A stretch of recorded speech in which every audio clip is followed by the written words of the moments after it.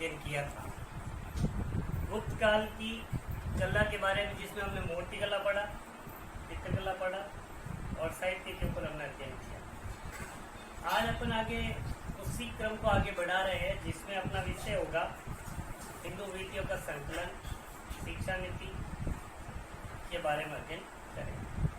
गुप्त काल में जो मनुस्मृति के अनुसार नारद स्मृति, बृहस्पति, कात्यायनी, याज्ञवल्क्य आदि जो स्मृति थी, इनका कानून के रूप में संकलन किया गया, उनको कानून के रूप में मान्यता दी गई और गुप्त काल में उनको लागू भी किया गया। इसकी दृष्टि से देखा जाए तो गुप्त काल में सबसे महत्वपूर्ण होती है आपकी याज्ञवल्क्य स्मृति, जिनमें धर्म, वर्ण, आश्रम, समाज आदि के बारे में बताया गया। साथ ही सामाजिक पक्षों के विभिन्न कारणों को और विभिन्न औचित्यों को, तत्वों को भी इसमें बताया गया। बृहस्पति जो स्मृति है, उसके अंदर आपके फौजदारी और दीवानी दोनों मामलों के ऊपर कानून बनाए गए। साथ ही कात्यायन ने जो लिखी है स्मृति, उसमें कानून निर्माण की प्रक्रिया, सेना के अंग, राजा का चरित्र, व्यवहार तथा राजा का शासन कैसा होना चाहिए, इसके ऊपर विस्तार से अध्ययन किया गया। तो इस प्रकार से हम कह सकते हैं कि भारत में, प्राचीन भारत में जो न्याय प्रणाली है, उनको आज भी कहीं हम देखते हैं, आज भी कहीं पर अपने विद्यमान है, वो गुप्त काल की ही एक देन है।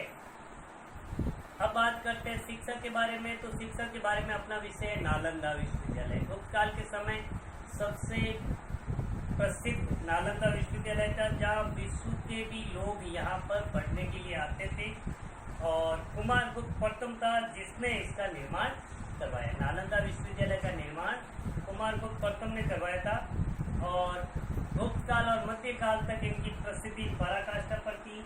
देश विदेश से यहाँ पर लोग पढ़ने के लिए आते थे।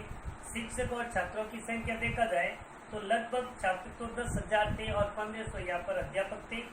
धर्म, विज्ञान, उद्योग, तर्क आदि के ऊपर यहाँ पर शिक्षा दी जाती। साथ ही सैन्य संचालन के बारे में भी यहाँ पर शिक्षा थी। यहाँ पर एक बहुत बड़ा पुस्तकालय भी था जिसका नाम था रत्न सागर, जिसमें कई प्रकार की पुस्तकें थी। शीलभद्र था जो इस विश्वविद्यालय का सबसे महत्वपूर्ण उत्पत्ति थी। उसके बाद बात करते हैं विज्ञान और प्रौद्योगिकी की। तो विज्ञान और प्रौद्योगिकी के क्षेत्र में, तकनीकी के क्षेत्र में गुप्त काल में काफी वृद्धि हुई थी। कई शाखाओं में इनका विभाजन कर सकते हैं हम, जैसे गणित है, ज्योतिष है, खगोल है, रसायन है, भौतिक है, आयुर्वेद है, शल्य चिकित्सा है आदि का यहाँ पर विकास हुआ। आर्यभट्ट गणित और ज्योतिष में इन्होंने महत्वपूर्ण सिद्धांत दिए और उन सिद्धांतों के आधार पर कई प्रकार की नवीन आविष्कार भी किए गए। उन्होंने कई ग्रंथों की रचना भी की। उन्होंने एक सिद्धांत दिया था कि पृथ्वी गोल है, वो अपनी दूरी पर घूमती है। आर्यभट्ट के कई ग्रंथ हैं जिसमें आर्याष्टी की शतक पर टीका भी लिखी गई है। वारापीर था जो एक यूनानी ज्योतिष का समन्वय किया, भारतीय यूनानी ज्योतिष का, और प्रसिद्ध खगोलज्ञ भी थे। इन्होंने सिद्धांतिका, व्रत संहिता, व्रत जातक जैसे कई ग्रंथों की रचना की। साथ ही इन्होंने घनमूल और वर्गमूल निकालने की विद्या भी रची थी। फिर ब्रह्मस्फुट खगोल शास्त्र पर एक ऐसा सिद्धांत इन्होंने प्रस्तुत किया था और गुरुत्वाकर्षण का सिद्धांत भी इन्होंने पेश किया था।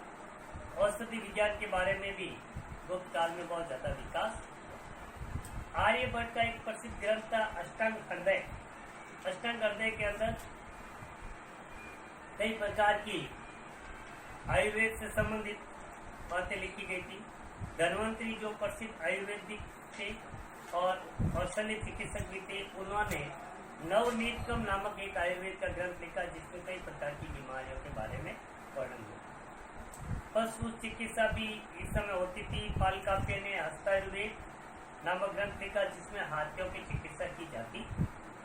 भौतिक विज्ञान और रसायनिक विज्ञान में भी यहाँ पर खूब तरक्की हुई थी, खूब अध्ययन हुए थे, खूब विकास हुआ था।